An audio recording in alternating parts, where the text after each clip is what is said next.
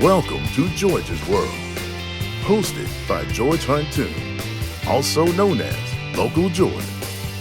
George brings you some of the most interesting people from all walks of life, from fascinating to funny. With George, you never know what to expect. Get ready, because when you step into George's World, there's never a dull moment. Now, your host, George Huntoon. All right, welcome to first episode of George's World. Thank you, everyone, for joining us. All right, so this is a new show, George's World. It's never a dull moment when you step into George's World. I've got my co-host, Alan Gunn, here. Say hello, Alan. Hey, George. All right, thanks for coming. And then I'm super excited. Our first guest ever on George's World is we have a famous, iconic rapper from Houston, and Troy Burkett, also known as Lil'Troy. Lil'Troy. What's up? Thank you so much. I appreciate being your first guest, man. That saves a whole lot for you to think of me. Exactly, man. You have such an amazing history here in Houston and really nationally that, a lot of people, for some people not listening, if you don't know, or Lil'Troy has the hit platinum selling, song "Wanna Be a Baller." Yes. And play that track again a little bit. Wanna be a baller, shot caller, 20-inch blades on the Impala. Caller, get laid tonight.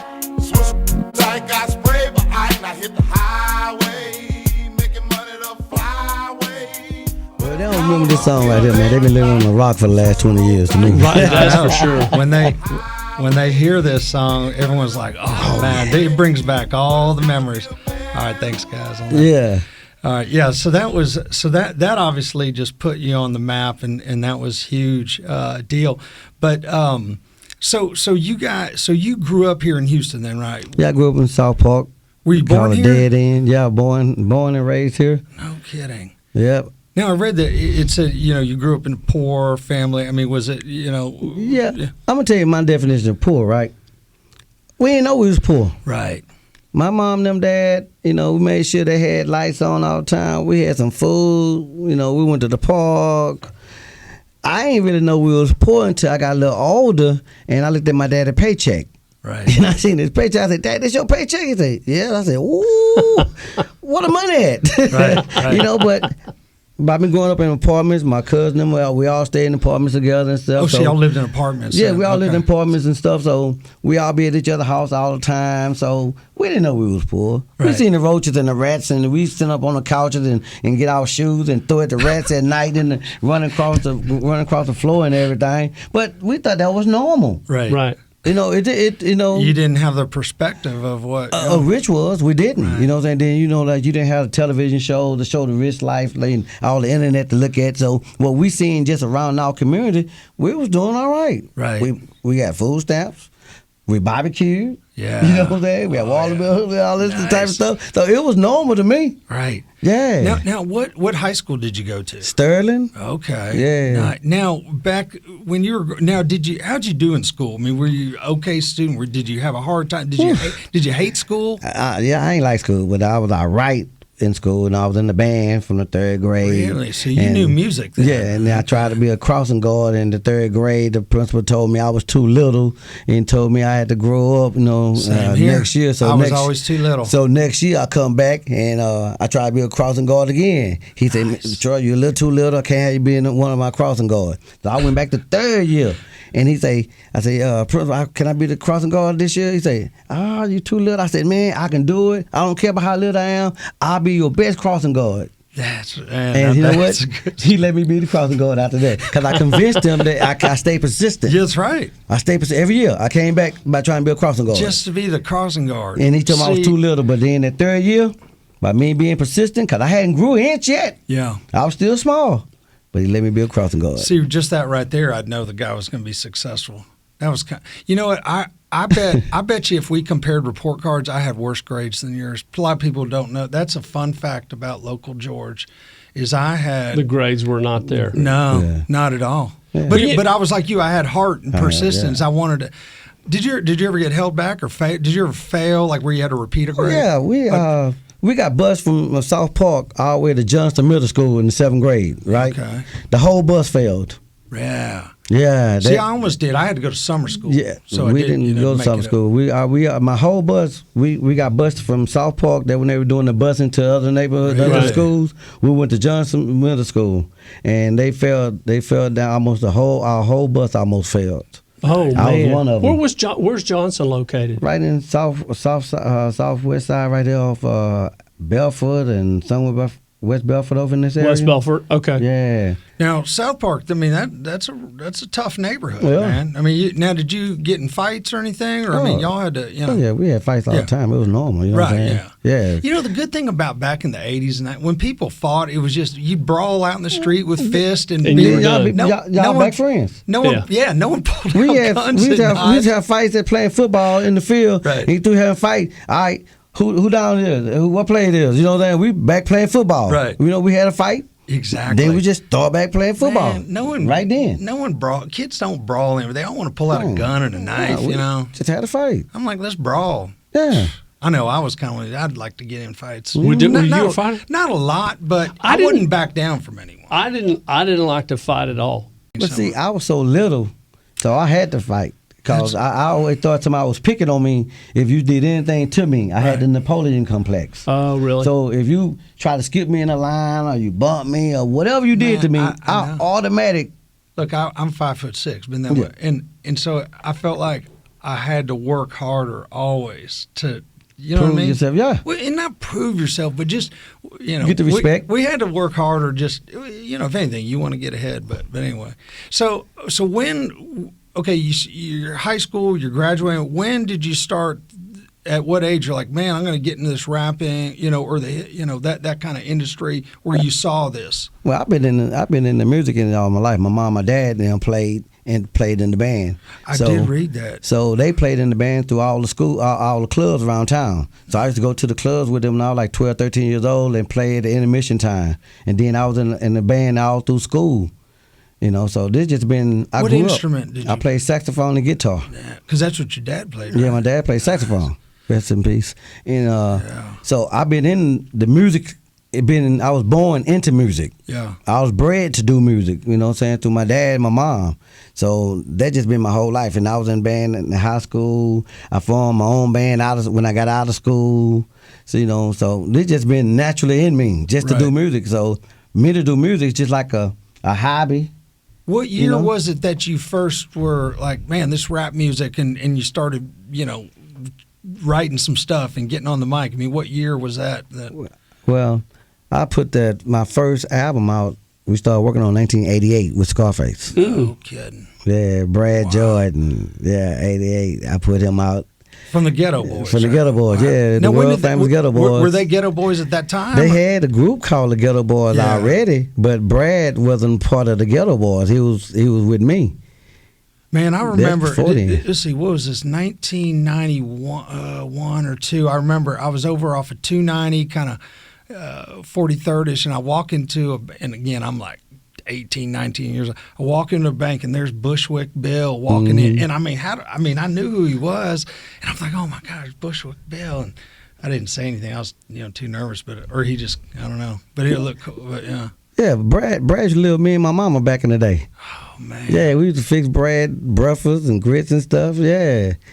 Brad was a talented young kid too back then, man. I mean, you can have Brad in the room and get a newspaper out and just point at words and stuff on the wall, and he would freestyle about everything that he see for an hour or so. Just keep on going nonstop. We knew he was gonna be great. The way he just was able to just pick words out and make sentences out of it and just keep it going nonstop. And that was 87, 88. That was about the time when that kind of rap was coming on. NWA. You know, when Eazy-E. Luke them from Miami and them, everybody was doing that gangster rap from Cali and stuff. So we were living that lifestyle here. So when I first put Scarface out, I had them to write a song about me and my little brother, about on the block selling drugs and stuff. You know what I'm saying? Our lifestyle. That's what we seen. That was our part of our community at the time. Right. So Brad made a song. I started Small Time Dope Gang. cocaine, pushing rocks on the block, and never broke, man. Right. And so we put that record out and took a picture with me, him, John Beto, Def Jam Blaster, Will Ross, Grim, Dexter, my little brother. We all sitting on the cover of my Cadillac, and we all got a whole bunch of guns on the cover. Nice. But that was just what we would be doing in our neighborhood anyway, sitting on our car. I might got him a 9 right here, somebody got a Uzi sitting over here. But that was just normal. Right. So we decided to take a picture in our normal state, things that we normally be doing already. And it became our iconic album cover, though, you know. To most people, like, oh, but that was just like, yeah. In the day, I can walk outside and see some guys sitting on the car or whatever. Everybody over there strapped. Right. So that was just normal. So why not just take a picture like that? Yeah. And we did it, and then I put the record out, and it did pretty good. Then Lil James called me. He wanted Scarface to be the new Ghetto Boy. Yeah. So me and James hooked up. We talked and everything. I let him go ahead and be the new Ghetto Boy with Lil J. Oh, and the rest is history about being the Ghetto Boys. You know what I'm saying? They did their thing. You know what I'm saying? The Ghetto Boys, rap a lot. They did their thing. You know, they you know. But I still stay behind and put out other groups, put myself out and everything. You know. But so you were really but I mean, you were well known as far as, you know, managing, getting this stuff going. Yeah. You know, being part of that industry, that community. Yeah, I had a studio back then. I had a beeper company. I had a beeper service. Oh, when beepers. Yeah, I had a beeper business. I wanted a beeper. I had a beeper. I was like, tell you what's so crazy about this, right? I had a beeper service. I was selling so many beepers. Oh, that's with airtime. That's right. Back in the day, you had the beeper, you had to buy airtime. That's right. So I'm buying. You buy a beeper from me for $89. I'm getting them for $49. Right? Now you got to pay $6 a month for airtime. I'm getting it for $3 a month airtime. I love it. So if you ain't paid your bill, I automatically turn it off. Right. I turn your beep off. If you ain't paid your airtime. Or you paid your monthly bill or whatever, right? So I mean, you were an entrepreneur by heart right from the beginning. Right. I mean, you understand. I mean, you're just I don't care how to make money. Let's make money. Yes. So Viacom and all the big beeper company I'm getting all these beeper from, they started wanting to know all my contacts. I need to send over application on everybody to get a beeper from me. Oh. At first, I was just able to go buy 10, 20 beepers. I signed them to I want them signed for, and I just pay the bill every month to the company. Right. Now they want to know who I'm selling the beepers to. Oh, yeah. Oh, they try to get slick on me, man. Exactly. They want to know what's up. So they can steal my customers.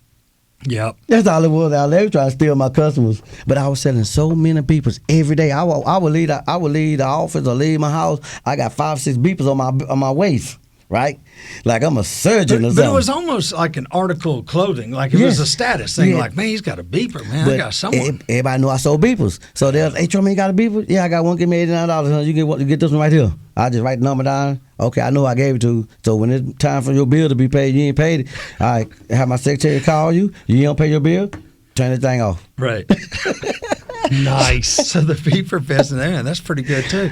So you start getting into music, and then and you had your record label, and then that first band or the group you were in. What was it? 187. I had before I had my S187. I had Rashid. Okay. I went got a deal with Rashid in Miami too. All my groups, I always go get a deal for them. Man. I put all the money up to get it started, get people to hear about it. Then I go sign a deal with somebody and for them to give some more extra money. Yeah. You know. But I got a deal with Mass 187. Went got a deal with them. Came back, did the video. Crazy did the remix for it and everything, and we put it out. Started going pretty good. You know. I mean, that's just what I do. I put my own money up first because I believe in what I believe in. Right. And that's what you got to do as a promoter. You know. Then go get some money from someone else. You know, they like, y'all want to buy this? Right. Once it starts to hit. Yeah. You want to buy this? Right. Exactly. Now so bring us into when the song creating "Want to Be a Baller." How did that all come together? Oh man, me and Grim was Grim was like my roommate. Me and Grim, we sit there. Grim did the first Scarface album back in the 80s. He was in high school with Brad. They all was in high school when I got with the guys. They was in high school. So we ended up doing music. So Grim just stayed with me the whole time. So he lived with me and Grim. I'll tell you what me and Grim used to do every day. Every morning we wake up, we're gonna smoke a sweet. Right. And just sit there and smoke sweets. Think about what we're gonna do today about music or whatever and everything, right? And then we're going to, he had the studio in the room, so we're going to do music. But every morning, that's what we done. the boy was a genius. The teachers in school used to call his mom, say, hey, he ain't did his homework, but he passed the test. So now we finna take him to the office. He want to see him do this here without, Yep. Cause he was just so smart that he can just hear you talk about it and know it and figure it out. Yep. Right. He didn't just have to read everything all the time. He just automatically figured stuff out. I don't know how, but he did. He was a genius. He was about the video games from China and Chinese and play them here and back here and beat the game and then call everybody, let's play now. He would beat everybody in the game. So he would just practice, get perfect, and then in Chinese. So all the directions is in Chinese. yeah. All the games come from over there first. Now who is this guy? Bruce Grim Rhodes. Bruce Grim He produced the first Scarface record, and he produced that "Wanna Be a Baller." But no kidding. So Yeah. he was the producer of that. That's how, because you knew him. Yeah. He was like, hey, I want to produce this. We just stayed together. Always made music up all the time together. We just made music. Did you have any idea at the time when they were making that song that it was going to be as big? I mean, did you know, like, whoa, we got a hit here, or did it just surprise you how it took Cause off? we were working on. We had put these different groups out, and Grim say, "Troy, man, do your own album, bro. Everybody know you. Everybody know you." Because I was having a problem with my groups not wanting to promote themselves. Take a flyer, hand it to Alan. They see Alan, won't hand it to Alan, but they'll see a chick and want to hand it to the chick. No, hand it to everybody. Yeah. We promote to the world, not just to the girls. We promote to everybody. So I got tired of that. So Grim convinced me to do my own album. So I went and took a picture of me sitting on my S500 Mercedes back then. I had an S500 Mercedes on, big old Rolex on, and everything. Like I'm a basketball player. Or That was a something, car too. Then That was a car. The S500. That was the car. The coupe car, man. Look at here. So I took a picture, and okay, this is gonna be my album cover. So I started getting different guys out the neighborhood to do songs with us. So I ran into Big T with me and Big T that's on the hook. We grew up together in South Park Village. Went to school together, so I knew him already. Nice. He came over and sung a song for me. Song the hook, right? We were like, he was working on the song. Like, man, I like that. We put that down. Then I went and got a lot of other rappers, to come be on the song with me. You know what I'm saying? And me and Grim mixed it. We played the instrumental for months. Right. Just Big T singing and instrumental. So I found Youngster to be on there, Lil Will to be on there. Took Fat Pat verse off another song I'd done. He was dead. And I cut the time compressed it and put it on Wanna Be a Baller. Oh, wow. And then I went and got his brother Hawk to be on the song too. Yeah. So that's how I did that. And then when I put it out, I didn't know it was going to be no big old hit at the time. But what I... And when you... And this is an interesting thing, because I kind of was thinking, I wanted to ask you about... So when you put out a song back then, what did that look like? What was the process? Because putting out a song today seems like way easier back then. Yeah, it was. We had to go through, lay it down on reel-to-reels, 24-track machines, you know what I'm saying? Everybody come do their parts separate, 2 or 3 verses, ad-libs and all that. Then we had to mix it on 24-inch reel-to-reel and all once this it's stuff. done, though, did you have to go try to pitch it to radio? Because you got to get it played. Yeah, you got to get it played, but you got to know the DJs, put some money in the DJ's pocket. And, but I'm going to tell you what ingenious thing I done. Oh, yeah. Okay, this Here is we go. marketing Here we 101. go. Here we go. This is Buckle marketing up. 101 at its best. Nobody did this here. You got to be creative. When the Kappa Beach Party came, Oh, yeah, yes. you know how big the Kappa was. That here. was huge. Okay, That was it was huge. huge, Kappa right? Beach Party Galveston. Yes, but so what I did, I went to the radio station like a week before then, right, and bought a whole bunch of radio commercials for 1 minute. Oh, brilliant. So when the song came on, this thing came on, "Wanna Be a Baller, shot caller," Yes. and right at the end of it, it said brand new Lil'Troy in stores now at the 1 minute mark. So my song would play for a whole minute. I bought many commercials for the whole minute. Bought the airtime. So you Yeah, automatically so thinking they're you here. hearing the song Right. all day, all night, the Right. whole weekend. Now the radio mix shows was playing it here and there, but my commercials was playing so much, so everybody back then used to listen to 979 The Box down there because they were live broadcasting And and you're everything. guaranteed to get the airtime because you're buying I it. You're bought buying it. it. And you You're didn't- buying so it. all That's those, brilliant. So all those people, Alan comes from all Austin, San brilliant. Antonio, Dallas, and You everywhere. thought of Hey, that where's on this your song? own. You just thought of that. Oh, Yes. genius, man. And so everybody took hearing that song so much, took it back to their city, and it just blew up. And Yeah. those were college kids, you know Yes. that. And when you have the college kids taking it back, then Oh you know man, it was a beautiful thing. The next thing you know, phone started genius. ringing. you're like, "Where's that song? We want to hear." We it." want to hear that song. Where I man. get that song from? Radio station calling me. I mean, they was tripping. I think we just heard an amazing piece of trivia that no one knows about. how you did that. Yeah. That is genius. Well, so I got to say this, though. Troy, I feel a little guilty, right? Because on the lyrics, right, baller, shot caller, I thought for several years Listen to this. that it was shock caller. This is look at this guy. I know it's on your shirt. I know. I feel guilty. There's a lot of But, people like, they think a word of the song is just I something. know. For someone. I like lyrics, right? So when we get the lyrics right, and I remember singing that one day. I was walking down the hall. I was like, baller, shock collar, and this guy walks up to me and goes, "Dude, that's not the lyrics to that song. I don't know what you're singing." I said, "Yeah, no, Lil'Troy." And he goes, "No, it's not." I lost $5 on that deal. Oh, wow. Right? But it's like I did. I had the lyrics wrong for like 2 years, and I was so embarrassed. It's a true story. Oh my God! All right, so you're running these ads. That's genius. So the song starts taking off. God, I remember that Capitol Beach weekend. I mean, it was like that was all it the was black every year, fraternity. yeah. So I mean, I Yeah, wasn't yeah. down there, but you'd hear about but it. it was huge. iconic. Crazy time. Huge. So so everyone's hearing the song. It starts taking off. This must have been mid '90s, I guess, when this is going. 99. Okay. Capitol Beach 99. Nice. So That's then, awesome. so everyone's calling, and then that's when you're like, okay, we need to release this thing. Well, did a big record label picked you up, right? Yeah, Universal came pick me up. Tony Draper called me one day from Swab House Records. He was in New York. He was signed at Universal. He said, "Hey, Troy, man, these people trying to holler at you." I said, "Who?" He said, "Universal." I said, "For real?" "All right, that's cool." He said, "Hold on, man, put him on the phone." So he put Monty on the phone, who was the vice president of Universal Records at the time, right? He told me, "Man, we want to sign you." I said, "Okay, well," he said, "When can you come to New York?" I said, "Well, I got a show the next couple of days, one tomorrow night and one after that, then I can see about coming." He said, "Okay, where you have a show at?" I told him I had a show at and everything. And Tony told him, "Don't go playing with Troy. Y'all already got money, so if y'all ain't finna go make it right with him, don't must go down there and holler about no signing if you ain't finna pay him." Right. So the next night, I do my show. I see these two white guys sit over in the corner. I get off stage. It's pandemonium in the club. After I get off the stage, it's pandemonium. You know what I'm saying? It's going down. So white guys over there, you can see them like, whoa, okay, shit. So I get off stage hollering at everybody, and then they come up to me, "Hey, Troy, I'm Monty, and my brother Avery, we want to talk to you." I say, "All right, hold on, I'll talk to y'all. Give me a minute." I talk to everybody, trying, clear some time. I talk to them. They say, "Hey, I don't know what you got to do tomorrow, but we flying you back to New York. We want to sign you right now."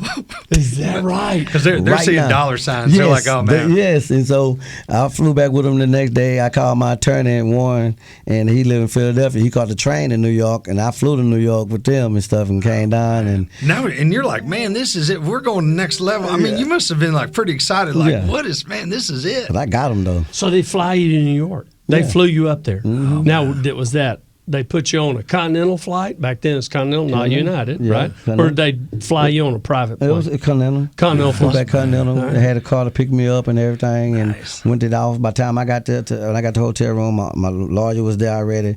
We went to the office. We stayed in there about 10 hours doing the contract. Now, did they hand you a check like, "Hey, we're going to give you this much to sign," type deal? Or like, I guess And when they deals are first all- offered me some money, I said, I made that already. Right. Yeah. So y'all ain't that's Like, y'all need to pay up. That's not gonna happen right Yeah. there. Y'all need to pay up. Pay up, So- sucker. So Yeah. we going through the contract, right?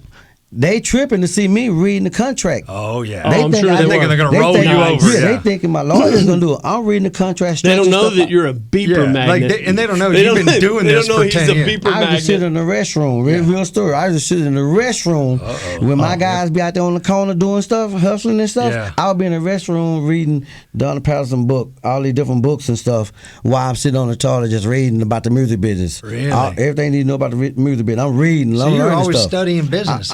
I tell anybody, this is any business you're gonna go in, learn about that business first. There you Just go. don't go in because I like that business. Right. Learn about the business first. Read up on it. Yeah. And that's what I did. So when I'm signing, looking at the contracts, I'm taking some words out, I'm stretching stuff out, and they coming in, looking at it, I'm going over it, and my lawyer changed, and he changed to the right words to say. Now, I can't write it what it needs Right, to say, but I know sure. the words that's in here that I don't want in this You know the contract. spirit of what you want Yes. to convey, right? Notwithstanding the foregoing, I know off the top that don't Yeah. supposed to be in my contract. Period. Right. You know what I'm saying? That means you saying everything you gave me in paragraph A, B1, you taking it back in D2 down here. You taking it back Right. when you put that notwithstanding the foregoing. Oh, that shit they got to go. That's not the one. So I did the deal with Universal. I made them cough up the money. Great. Nice. And we had a beautiful relationship right now. Now, was the they deal still that, pay hey, me. you were going to produce an album? Is that what? Yeah. Yeah. Okay, gotcha. Yeah. No, they were going to take the album I just done. Oh, the album. They Just wanted done. to have that album so they could go run with it, make money. Yeah. I was gold in 45 days and platinum in like 45 days after that. By 90, 120 days, I was platinum. I remember, man, hearing that. I was the first time I heard the song. I went to Texas Tech in Lubbock, and I was sitting in a barbershop, and a couple of the football players were in there getting haircuts, and that song came on, and man, they were all into it, and I was like, man, this is a cool song. And that's what's so weird is I remember of all the songs that play, that one I really do remember the exact time and place I was when I. It's so many people have stopped me and called and tell me what they was doing when they first heard that song, how they made it through college, how they made it down the highway, how they did this off that song. It's a lot of good stories, man. One day I said I was gonna just get a video camera and just go stick in your face. Hey, you ever heard a song "Wanna Be a Baller"? What were you doing when you first heard "Wanna Be a Baller"? And you gonna remember the exact story that you did. You know what? That's a good episode for me. I need to do that. I think so. I'm gonna do that. Hey, where were you when you heard "Wanna Be a Baller"? I'm gonna follow up on this with that. The Lil'Troy sequel. Yeah, that'd be a good one. Actually, especially a white guy such as yourself, you going to ask somebody. I'm gonna ask all the white guys. Yeah, I'm just gonna ask white girls. Oh, Right, I tell you what. The other thing, suburban soccer moms, they hear this and they're like, oh yeah, they remember back in the day. They remember "Wanna Be a Baller" no matter what. Oh yeah. So suburban soccer moms did the deal with Universal. They paid me, and then I had to call the case before I gave to Universal. I called the Fed case. Oh yes, okay, I called a case. So I put my album out. And for those off. listening on radio, caught a case is lingo for I got arrested and I got convicted of a crime.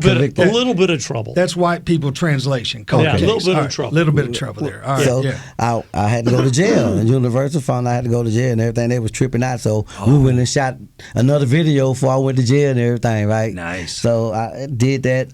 I get ready to come home. I tell Universal, hey, I need y'all to start this marketing advertising. Lil'Troy, big baller, shot caller, walk the walk, talk the talk, fresh off lock. Let's get this in the app. Let's get this going to the magazines. Huh? Let me start doing interviews for the feds. Wait, fresh off lock. Fresh off lock. That means I'm just coming home. I'm fresh. I like that. Yeah. Fresh off lock. But they was like, well, Troy, we can't just start your advertising yet till you get home. I said, what you mean? It take a month, 2-3 months for it to start to get circulated out. If we start now, we can make this happen. Right. They didn't want to do it. So when I come home, I sent them my album cover. Okay, this is my release date. This is why I want to put the album out. Troy, we can't put your album out like that. We need to hear your music and find out, then we'll give you a release date. I said, nope, you didn't hear my music before. You don't need to hear my music now. When you heard my music, it was done complete. To my well, the A&R department need to hear what you got going on. Yeah. So I say, bullshit. Excuse me. I'm sorry about that. Right. Hey, We'll beep it out. I'm my own A&R. I don't need you to tell no A&R tell what music they like. I know what my own fans like. See, so that was the big problem with A&R. They all wanted to. They want to tell me what I can do now. Right, you didn't tell me what I need to do on the first album. It was a success. Right. Yeah. So when they couldn't give me a release date, I called Monty, man. This been a great run, man. Y'all finna try to stop my livelihood. I need to just get off y'all label. You want to get off the label? I said, yeah, man, because I want to put my album out when I want to put it out. I don't need nobody telling me what music to do. Yeah. He said, all right, Troy, I'll let you off the label. He signed the paper, sent me it over, and said, Troy, you off the label, man. Wish you luck and all that. I said, cool. I waited 2 days. I called him back. Hey, I ain't get that check. Oh, yeah. He said, what check? I said, it's a pay or play check that I put in the contract that if y'all don't put my album out, y'all got to pay me $150,000. Oh, yeah. And still pay me my royalties and stuff. It's called pay or play. He said, I'll call you right back, Alan. Oh, you got it. She called me back about 5-10 minutes. Hey, try to check in the mail. Oh, nice. Cha-ching. People don't know, but I knew about contracts. Yep. So I was able to put that in the contract at the time. Nice. Yeah. Man, that is awesome story. That is an really awesome good. story. That's impressive, man. People didn't see you coming. No. I mean, you flew under the. Well, that's the thing. A short guy would fly under the radar. Yeah. You didn't. They never see you coming. That's impressive. So, okay, so that took you through there. Then the song's blowing up. You're really notable. I mean, Houston's like, man, Lil'Troy's like top 3 songs out of H-Town, period, hands down. Now, what was the biggest venue that you would say you played in? That I think Miami Gardens. Really? Miami Gardens, really? Yeah, me, Puffy, Alicia Iglesias, Juvenile, a lot of us. I think it was so sold out. They had they were just, it was live. First time they had the show live over the radio. Wow. The concert was live over the radio in Miami, right? So we performing and everything, and so we had after that we had a club to go to. What year was that? Real quick, was that 90s or 80s? That's 2000. Oh, okay. Yeah, after I come home. Gotcha. That's after I came home from jail. Right. Okay, yeah, when I came home from jail, the song was big, so I had to go promote it then. So we're doing the show at Miami Garden. After that, I'm gonna tell you a funny story about this here. This is gonna make anyway, tell it. We left Miami Garden in a limo. They got everybody in a limo. We got sections at the club where we're going to be at the club, right? So all my crew, we popping bottles, we doing our thing. Nice. So my limo parked outside. They come and ask me, Troy, Eminem was there. Really? Troy, Was he really? Eminem was there, but Eminem just came out. He wasn't like Eminem is right now. Right. So they came to me and say, Troy, can we use your limo to take Eminem back to his hotel room? He want to leave the club. So I come out there, what? My limo? No, man, I can't use my limo, man. Like, Find who's this somebody guy? else. I don't know this guy is right there. This is a white kid. I diss Eminem, right? Don't let him use my limo. And next thing you know, 45 days later, Eminem big in life. Man. I'm like, oh, God. Might have been a mistake. It was a mistake. One of the biggest mistakes I made, I could have been friends with him, and then later on in life, ain't no telling. Yeah. But I want to thank Eminem for not remembering and dissing me on the song, killing my whole career. Oh, man. Yeah. Because Eminem will diss you with one line. He ain't going to make the whole song about you. He going to diss you with one line. Right. And he's going to sneak it in there, too. He'll sneak it in there, and you'll be like, oh, that's one of my he's biggest talking about mistakes. I wish I would have never told them he couldn't use my limo. I'm like, I want my limo there just in case if I get ready, I want to go, it's there. I could let him use my limo, man. I hate I didn't. Well, that's what happens. You get up there and you're high rolling and, make some bad decisions. But see, I didn't want. I always like being able to leave when I want to leave. Yeah. That was my main thing, looking out for me and my crew. If something go down in this club, and you got to get. We got to get. We you go. been stuck, and that's fair right there. Yeah. And you're right. Maybe you could have articulated it to them better, like, "Hey, I'd love to help you out, but man, I got to have." Yeah, I didn't do it like that. Yeah, right. I apologize to them. Yeah. Hear that, Eminem? Hopefully you're listening to George's World. Hopefully this makes it. If we've got Eminem on Local George episode 1, man, I predict good things for this particular show. Yeah, that would be good. Let me ask you this: what's a club, Lil'Troy here in Houston? What's a club like? You say, hey, let's go down there and listen to some music. Where would you go? Like in today's world. In today's world, yeah. In Houston? Well, you probably don't Houston. You probably stay out of the clubs. I don't just go to a bunch of big clubs no more like I used to. Yeah, you know I know. Same here. They got so many here. You can go. It's so many here. I just can't name all of them. Just verbatim. When I just want to go out at night, I just find somewhere to go ride around. Let's just go in here. Me and my wife go kick it in there. Yeah, I hear you. I mean, we're the same. I mean, obviously back in the day, we knew where to go. They had main clubs back in the day better than they have now. A lot of them is more sports bars, or you got to go to after hours strip clubs and stuff. Yeah. What was the best strip club back then? That was probably Diamonds. Diamonds. Diamonds was one of the biggest, and then I used to have a couple strip. I used to have a strip club. Wasn't it Rick's? I have no idea what Rick's y'all were Cabaret talking on the white about. side. We ain't talking about that. Yeah. We talking about you didn't really mean so. I'm talking about on the black side. That's what I was going to say. Diamonds must, because I didn't know that. That must have been a black strip club. Where they going to throw all the money at? You know what I'm saying? The Rick's, y'all just hold $5, $6 in your hand, $1 at a time. Yeah. The strip club, you know what I'm saying? Crater Bull and stuff you go to now, they're going to throw $10,000, $15,000 in the air at one time. Let it make it rain. Yeah, nice. Y'all be making the drizzle. There's a difference in making it rain and drizzle. Making it drizzle. Well, here's one thing I wanted to ask you. I was thinking too. Okay, being a local, you're doing all this. What about food, man? Like, did you have still today, or is there like your favorite food place here that you're like, oh man, this is a great restaurant? And I'm not talking about fancy. I'm talking about, I don't know, cheeseburger. Like, what is kind of your favorite foods and stuff? I like oxtails a lot, man. Man. And Mexican food. You can't miss me with a Mexican restaurant. Yeah. I go eat at a Mexican restaurant before I eat anywhere else down there. Yeah, I know. Me too. Yeah, I love it. I'm going to tell you what I eat, and I'm going to tell you what I love to eat now. I love Wagyu. Why? Wagyu brisket, steak. Yeah, that's expensive meat. That's though. all I eat, man. I almost hardly go eat a steak unless That's it's high Wagyu. rolling. I can't afford that. A brisket. Platinum. Platinum. Thank you, Chocolate, for my Wagyu brisket yesterday. Cause if y'all don't know, it was steak and BJ day yesterday. If y'all didn't know, I got my steak and BJ yesterday. Really? Man, Yes. I didn't know that was a day. March 14th is steak and BJ day.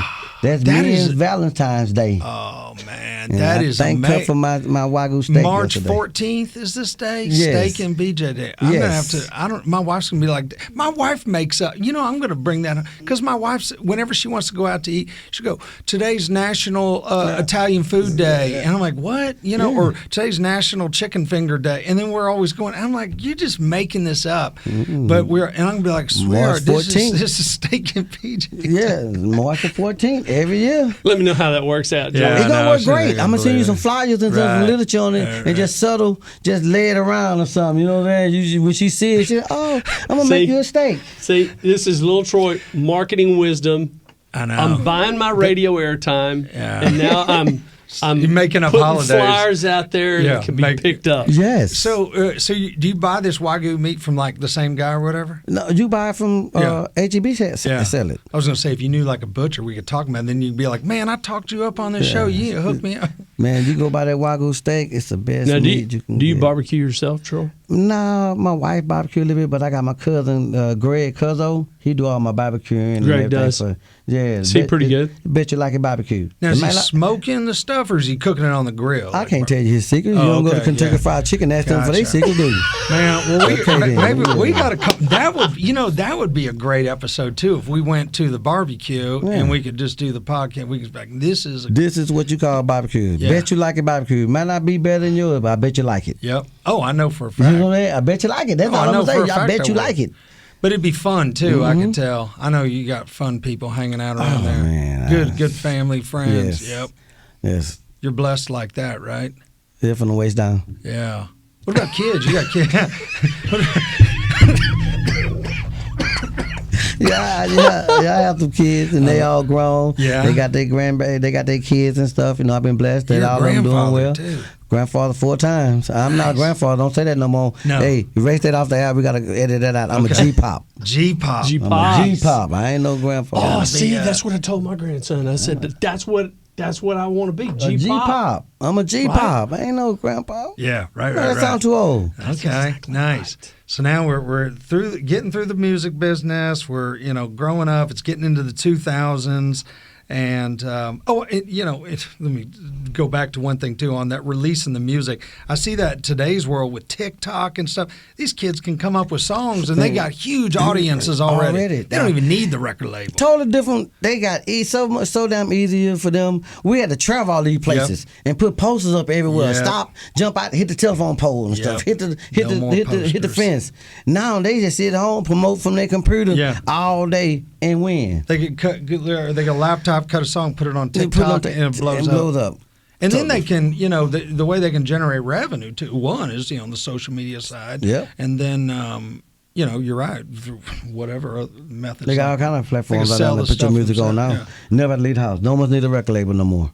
Oh, man. That is interesting. It's cheating. But that's the thing. You constantly see that in the business world. The models are changing all the time. Yep. And you got to stay ahead of them and see where they're going. But that was interesting what I noticed about the I know, but if you do go back to the song, though, right? I mean, just the original nature of that song at that time, Right? Like, I think a lot of I shouldn't say a lot. I should say some of the hip hop, some of the stuff that comes out, you can kind of tell it's a little bit formula, right? Oh, right, Versus when Troy was coming out with his stuff, like it was all fresh. it was all very new. I mean, that's the thing. I think when you get, like you hear it with all music, whether it's country, whatever, I mean, they come out with their own stuff, and then the studio gets it, and they want to tinker with it and all that. But we're going to bring in the best writers, whatever. Yeah. Okay, so, all right, so we're moving along. So now we're in the 2000s, music business, and you're still an entrepreneur. What are things, other ventures you're getting into, as you get into 2000 and leading up to, I guess, here we are, 2022. kind of lead us up. And then now, you're in the trucking industry now. You have a trucking business that obviously you were in the news for a little while back. Yeah. But, through those, from 2010, 2020, what kind of things were you doing? Kind of lead us through that. Well, I bought some land in California. I thought I'd hit the green gold mine at first, cause I bought 40 acres of land in California. I sent my son T2 down there to learn how to cultivate it. I started growing marijuana. I bought some land and started growing marijuana on the property. That's a big business. So I had 72 plants in the ground. They was getting big. My son learned how to cultivate. I said, man, you ain't got to rap no more. We started doing this here. You have money for your kids.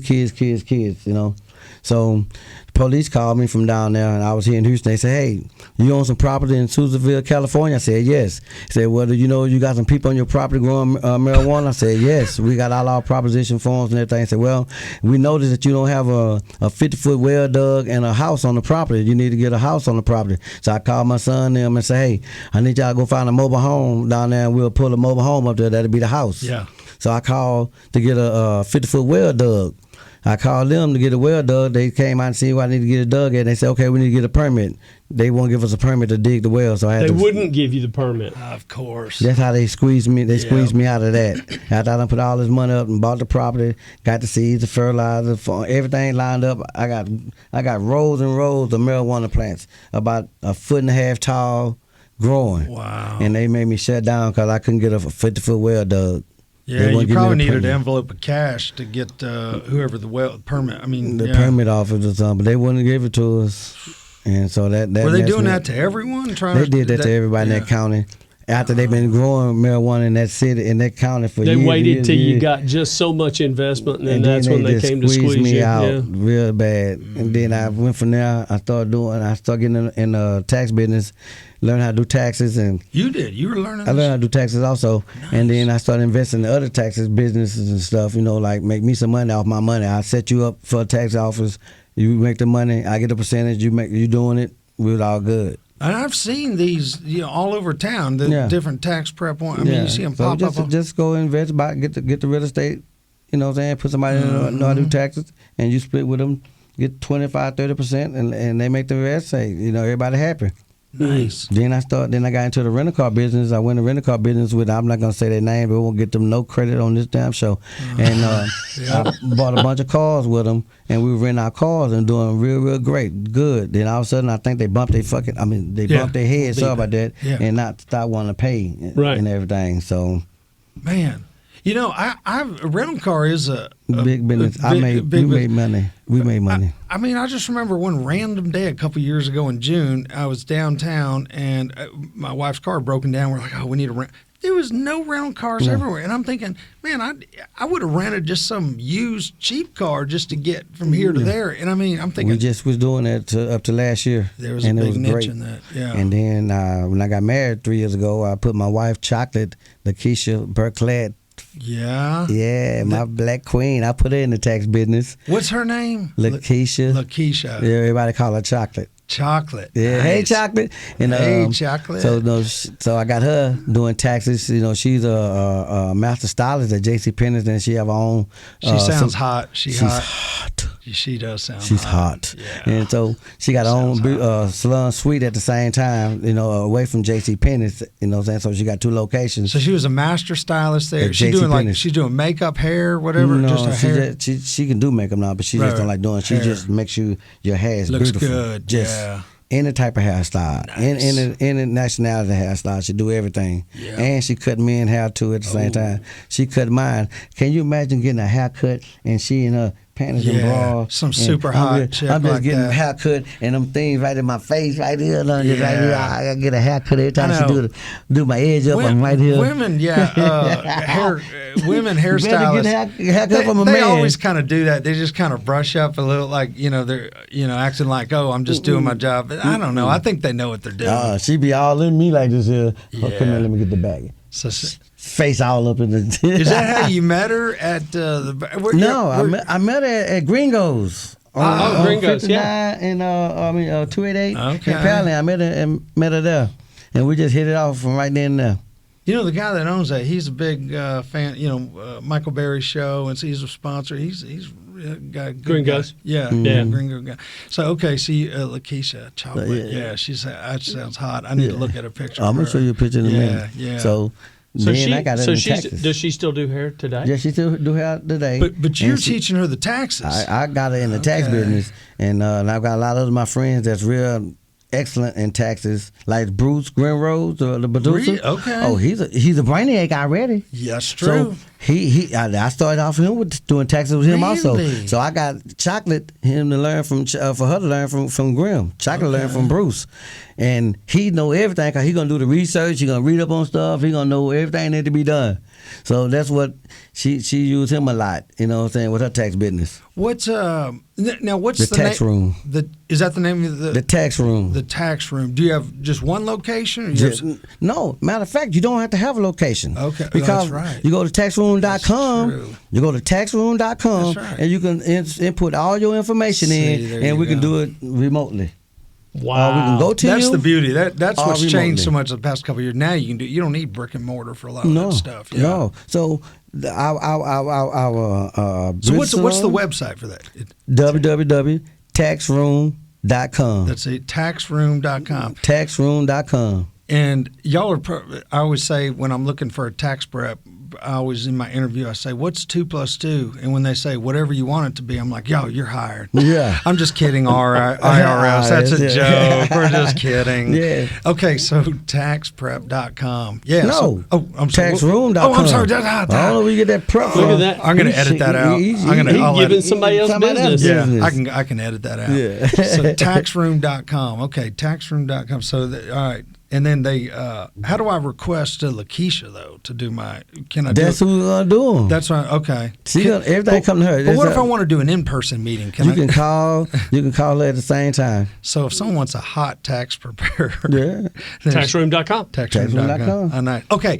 Now we totally skipped over the trucking business. Now, so how did you start getting into that? Well, during COVID, I used to do safety in all the plants. I was a safety man in the plants, right? Okay. So I went back to work for like 22 days and a year and a half. I'm sitting around the house smoking my cigars every day, watching Netflix, thinking about what I want to do next, what I'm going to do with my life, what's the next chapter in my life, you know what I'm saying? What I want to do. So I knew I wanted to be a truck driver since I was 15 years old. Yep. So I woke up one morning and said, hey, I'm going to truck driving school. I started the company in 2017 because I was going to buy some trucks and just put somebody in them and let them drive. But I never did it. So when I woke up one morning, I said, I'm going to truck driving school. I went and signed up, got my license, went through the class, bought me a truck, started driving, got my own authority. Now, were you doing long haul? My first load to Oklahoma. Oh, nice. And you had a truck with like the cab in the cab. I went and bought a truck. Oh man! First, I got a 2017 KW Kenworth T680. Nice. And my first load was so crazy. My first load, I went and got, right? I went and picked up the load, got gas, and going through the parking lot, ran in the ditch. Oh, my first load ever.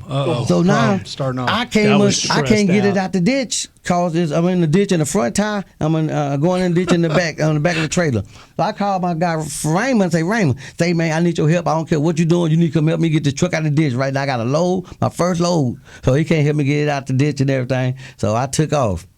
I'm hitting the curves everywhere I go. I'm hitting the curves. Because you're learning. You're a little learning curve. But so when I get to the dock in Oklahoma, I'm trying to bag up into the dock. The trailer wouldn't bag up right.